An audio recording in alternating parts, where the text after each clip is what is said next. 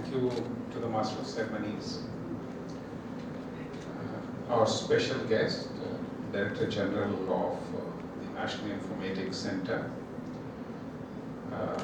Commissioner Government Secretary IT, Planning and Research, Deputy Director Generals of NIC, and other officers from the Central NIC team, to Gopi Swaminathanji, our very capable State Informatics Officer, and the very efficient UT NIC officers team here in the room. My colleague officers in the UT administration, thank you all for coming. Distinguished participants, ladies and gentlemen. It's definitely not over, DG sir. Yeah, this poster here says a 50-year legacy of trust and a future of digital excellence. Right? At the outset, our congratulations to NIC on celebrating their Golden Jubilee year, marking 5 decades of dedicated service in transforming governance through technology. And unless I had heard that you have yourself given 30 years of dedicated service, DG Saab, I would not have believed it. DG Saab looks so young, and I guess that is the way of the future. Yeah? We've come a long way from, and my friends will attest to this, the only other, and in many places, the only air-conditioned and out-of-bounds room in the collectorates,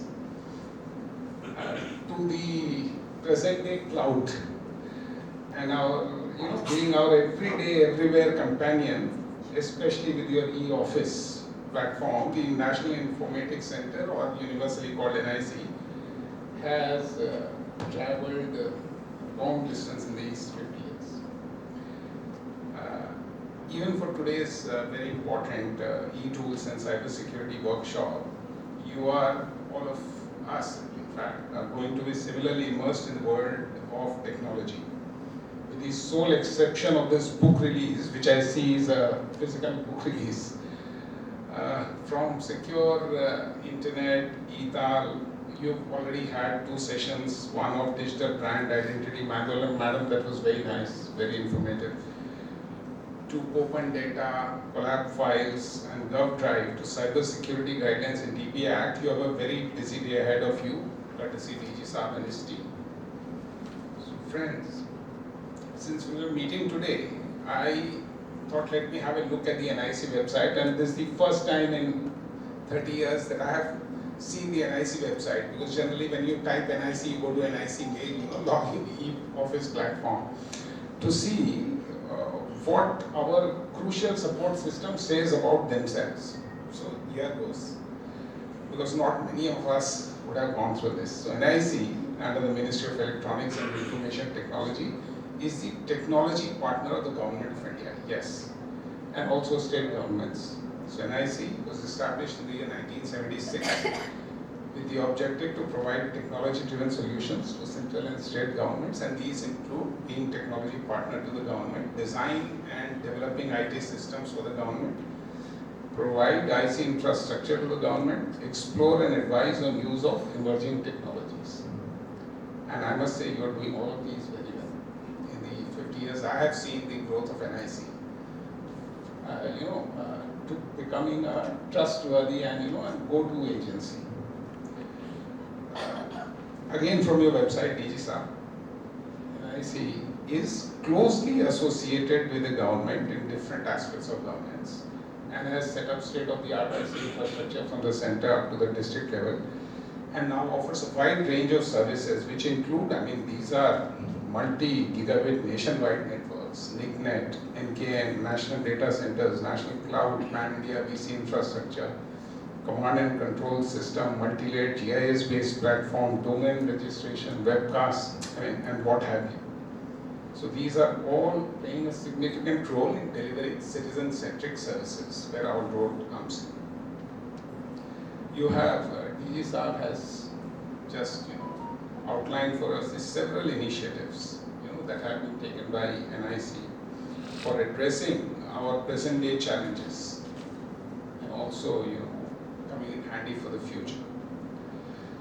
Since IT in all its forms has now become the backbone of essential public services, including healthcare, power, water, financial, whatever, that the services that we provide to the citizens, social welfare, agriculture, even accessing and storing data on the internet itself.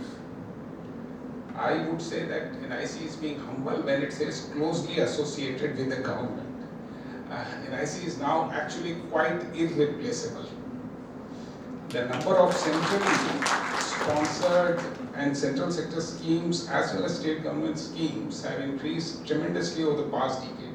And with the personal leadership of Honorable Prime Minister, as you mentioned, digital mission and trinity of JAM, Jan Dhan, Aadhaar and mobile connectivity, this has allowed the much more efficient and instant mode of benefits transfer to beneficiaries through DBT.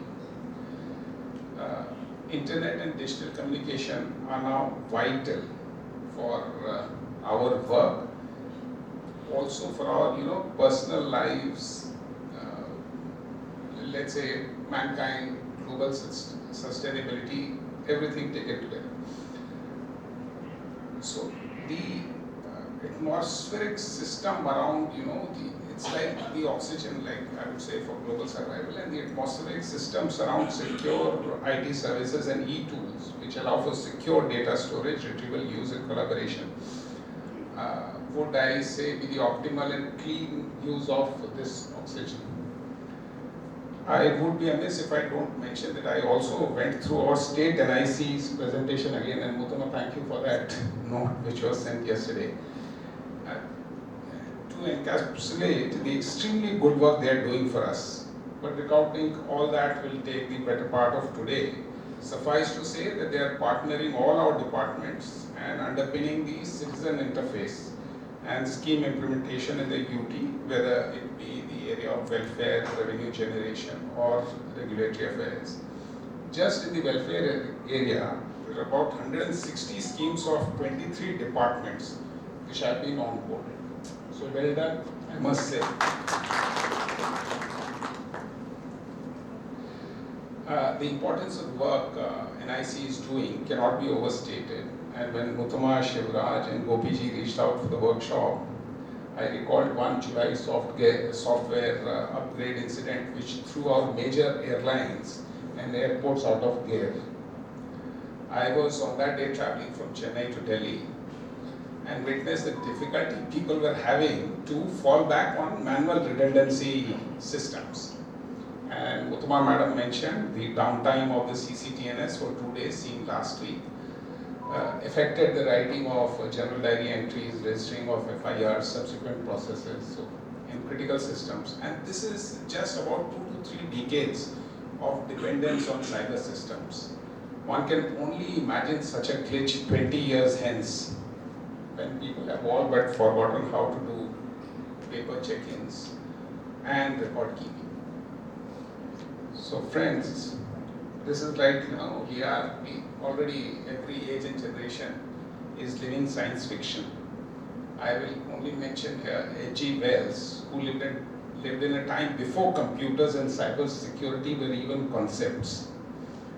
In his 1937 book called World Brain, which represented, the world brain in H.G. Wells' world, represented a global repository of knowledge and information. So now a concept that strongly resonates with us in today's AI and machine learning world. Key elements of world brain included, mind you, no computers at that time. They were just being, and I will come to that, thought of. Included a global knowledge repository, democratic access to information, integration of human knowledge, educational tools, and universal cooperation. Even in cybersecurity, we could draw parallels from H.G. Wells' ideas on surveillance and control as seen in his works like The Time Machine or The Invisible Man. So Wells sounds so prescient since all of these are now lived realities, with many bits and bytes thrown up in the air since the time that Wells lived, and the conceptualization of the Turing machine, which provided a formal model of computation. And as I was just saying, Alan Turing was a contemporary of H.G. Wells. Now the bits and bytes have all coalesced into clouds, right? And AI with its large data and language models maybe seem to be taking over most of our routine and the drudgery out of work, along with social media platforms which are heavily influencing our ability to make choices and decisions. So these have increased the need for robust cybersecurity architecture and high-level analytical work from all of us. So in the end, my role here is also to welcome you to peaceful Puducherry and wish you a pleasant stay in the city of Vivon, or the good and zestful life.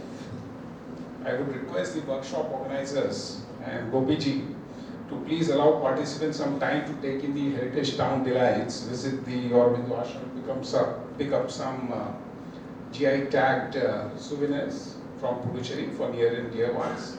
Again, on the occasion of NIC's 50th anniversary, our best wishes for the next 50 years for the critical work that you're doing, which is now essential for the smooth and normal flow of public service transactions as we have come to take for granted. Thank you. Thank you.